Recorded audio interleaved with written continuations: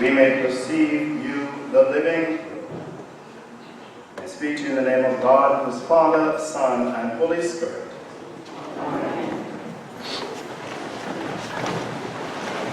Some words from Matthew's Gospel, chapter 15, verse 10 through 11 and verse 18. Jesus said, "Listen and understand. It is not what goes into the mouth that defiles a person, but it is what comes out of the mouth that defiles. And what comes out of the mouth proceeds from the heart. And this," he said, "is what defiles." In the Gospel reading today, Jesus alerts us to the defiled condition of the human heart. That is, the fact that the human heart has been marred, has been spoiled by sin. And in his interaction with the Pharisees and the Canaanite woman, he points us to the implications for such defilement for our relationship with him and also our relationships with one another. So in today's passage, we have Jesus' response to the hypocritical criticisms of the Pharisees, criticisms which arose because Jesus and his disciples did not perform the ritual washing of their hands before they ate their meal. You see, the Pharisees not only prided themselves in their meticulous keeping of the law, but in their hearts they also had rejected Jesus. They had rejected his claims. And this meant that they often perceived Jesus' words, perceived his actions in a negative light. You know, sometimes when people don't like you or you don't like a particular person, there's nothing they can do that can ever be good in the same way. And so they tended to magnify what they perceived to be sinful. And so as far as they were concerned, Jesus and his disciples had defiled themselves by not performing the ritual washing.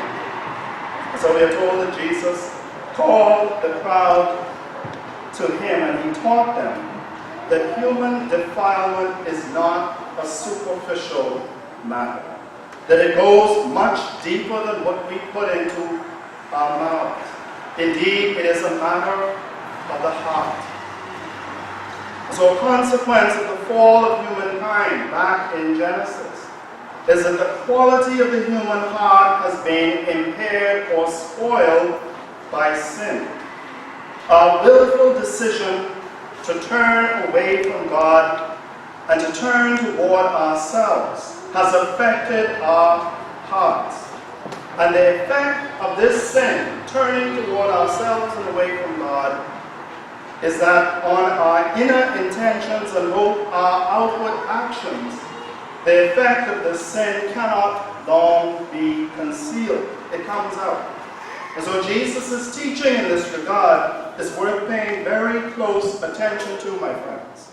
Because even what we perceive within ourselves as being good intentions could very well turn out to be the opposite.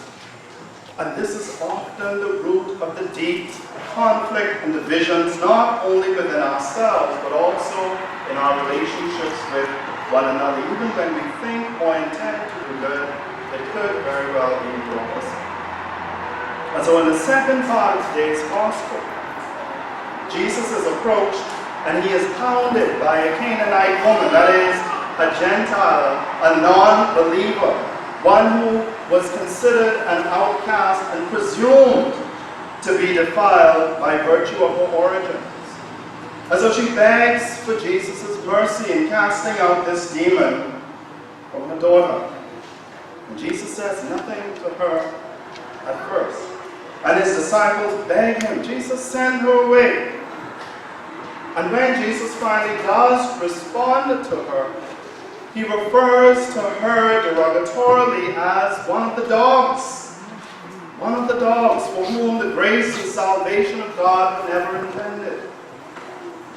But yet, right from the beginning, when we listen to her words, this Canaanite woman, this outcast who was presumed to be defiled, referred to Jesus in messianic terms as Lord, as son of David. And she begged to receive the crumbs that fell from the master's table. So in other words, she was willing to come to Jesus on his own terms, to get to know him on his own terms, rather than judge him on her own terms. And so there's something to be said, therefore, for the purity of her heart's intentions with regard to this Jesus, which led her to this humble request on behalf of her daughter. Jesus perceived that these words of acknowledgement, these words of worship, came out of her mouth, but proceeded from her heart. And in response, he lavished upon her the mercy and the reconciling grace of our God. And in that moment, she experienced the unexpected mercy of Israel's God. In that moment, both she and Jesus' disciples learned that such mercy has in fact reconciled both Jew and Gentile. In that moment, her daughter felt in her body what it meant to be delivered from the power of evil that caused division even within her very soul.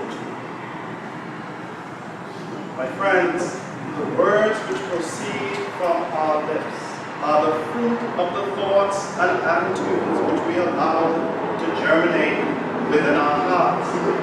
And when these thoughts and attitudes have become full grown, they act upon our intention to the extent that they even shape our actions.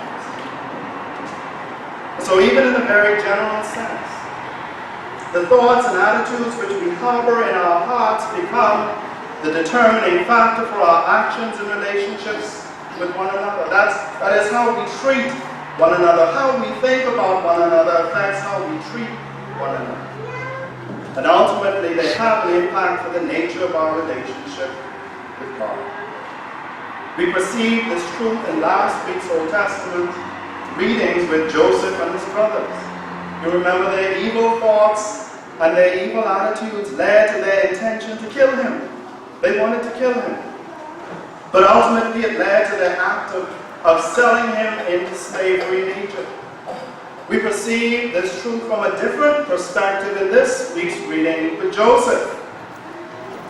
His gracious actions toward his brothers ought to suggest something to us about the healing and reconciling work of God that was done on Joseph's heart all those years in which he sat in prison.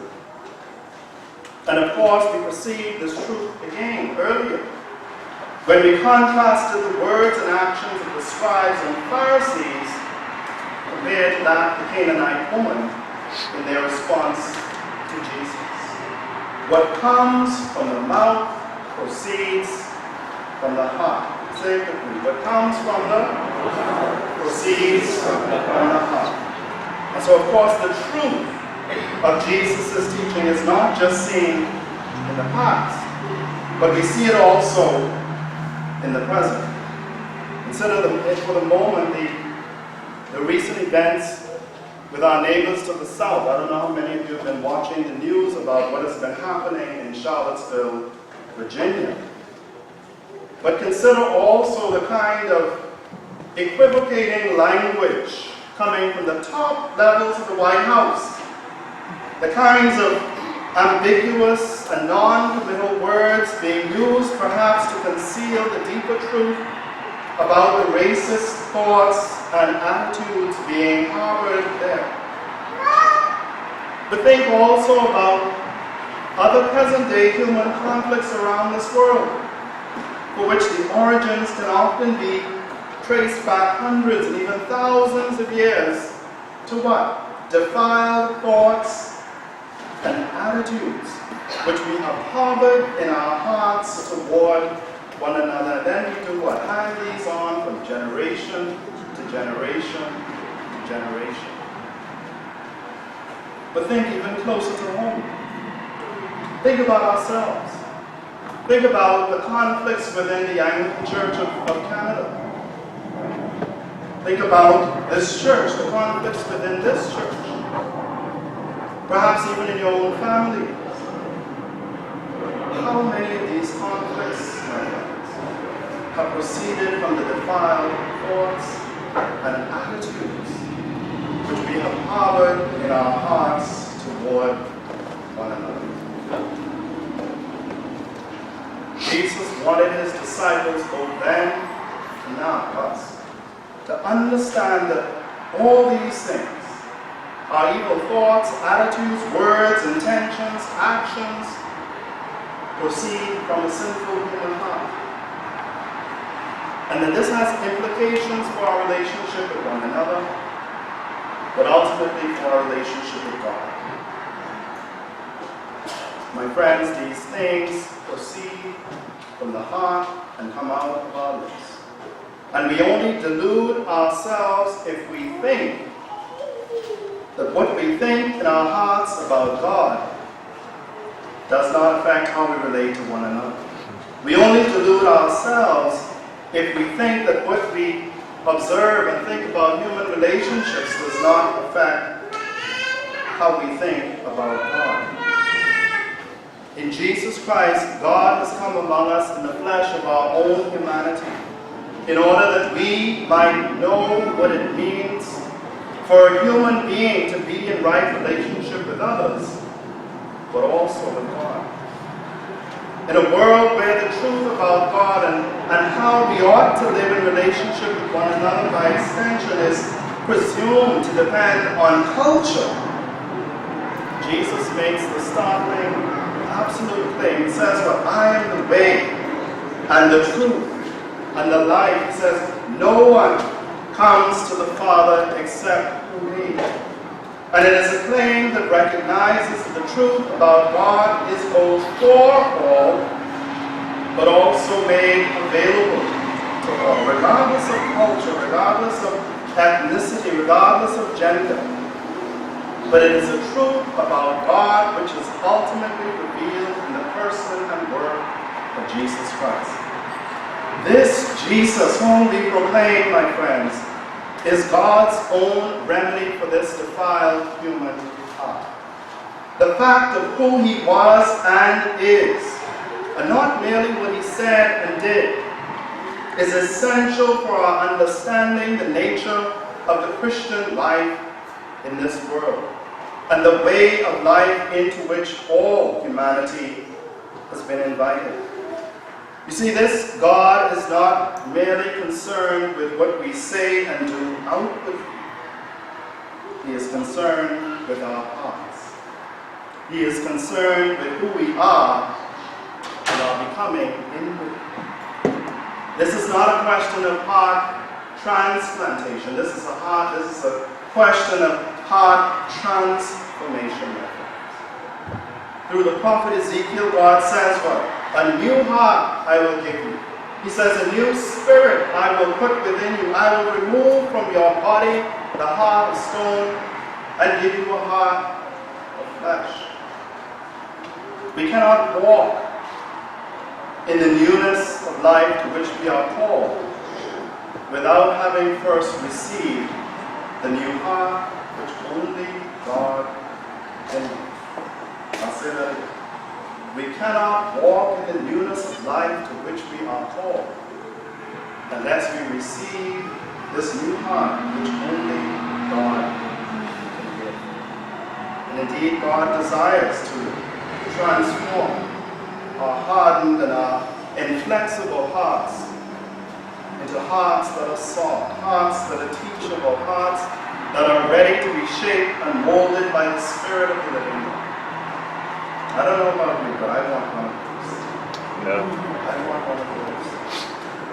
And our scriptures today suggest that there are only two types of individuals in this world.